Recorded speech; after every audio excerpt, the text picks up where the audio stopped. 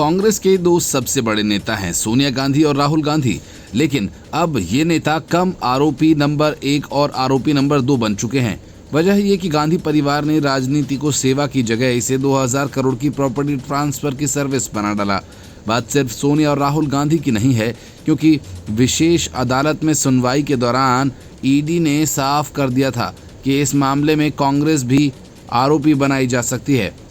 दिल्ली की एक विशेष अदालत में नेशनल हेराल्ड केस की रोजाना सुनवाई शुरू हो चुकी है और इस हाई वोल्टेज स्क्रिप्ट में मुख्य किरदार हैं सोनिया गांधी और राहुल गांधी।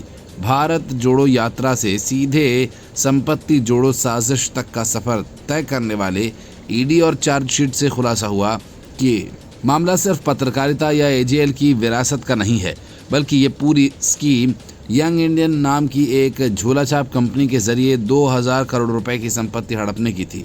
दिलचस्प बात यह है कि इस यंग इंडियन कंपनी में 76% हिस्सेदारी उन्हीं सोनिया और राहुल गांधी की है, जिनकी पार्टी नैतिकता और पारदर्शिता के नारे लगाती नहीं थकती।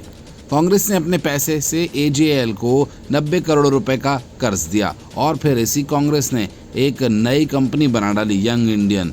इस कर्ज की वसूली के नाम पर पूरी एजेएल की संपत्ति यंग इंडियन के नाम ट्रांसफर कर दी गई। क्या गजब का पारिवारिक प्लानिंग था। ईडी की माने तो ये संपत्ति हस्तांतरण किसी व्यापारिक सौदे का हिस्सा नहीं, बल्कि आपराधिक साजिश का हिस्सा था। और ये साजिश रची गई कांग्रेस के उस वरिष्ठ नेतृत्व द्वारा जिसे अभी भी पार्टी का नैतिक कंपास समझा जाता है, सोनिया गांधी, जो खुद को त्याग की मूर्ति कहती हैं और इस मामले में आरोपी नंबर 1 हैं, और उनकी सच्चाई से रथी और संविधान के रक्षक राहुल गांधी आरोपी नंबर 2 हैं।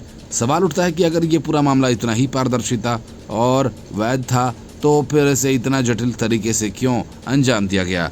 क्योंकि एक अखबार की कंपनी को राजनीतिक पार्टी से पैसा दिलवाकर उसे बाद में घुमाकर निजी कंपनी के नाम पर कर दिया गया। और बड़ी बात ये कि वही यंग इंडियन कंपनी है जो न कोई व्यापार करती है और न ही कोई आय दिखाती है, बस संपत्ति की मालकिन बन गई।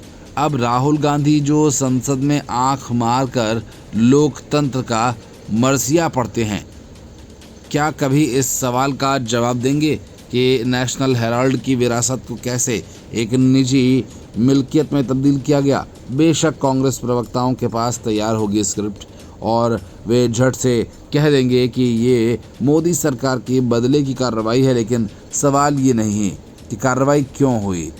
असली सवाल ये है कि संपत्ति किसने हड़पी और किस मंशा से। ये वही राहुल गांधी हैं जो अडानी अंबानी पर रात दिन हमला करते हैं और खुद अपनी मां के साथ मिलकर राजनीति की आड़ में संपत्ति का साम्राज्य खड़ा करते हैं। शायद इसलिए राहुल को भारत जोड़ो यात्रा की नहीं, अब विश्वास जोड़ो यात्रा की जरूरत है, पर शुरुआत उन्हें खुद से ही करनी होगी।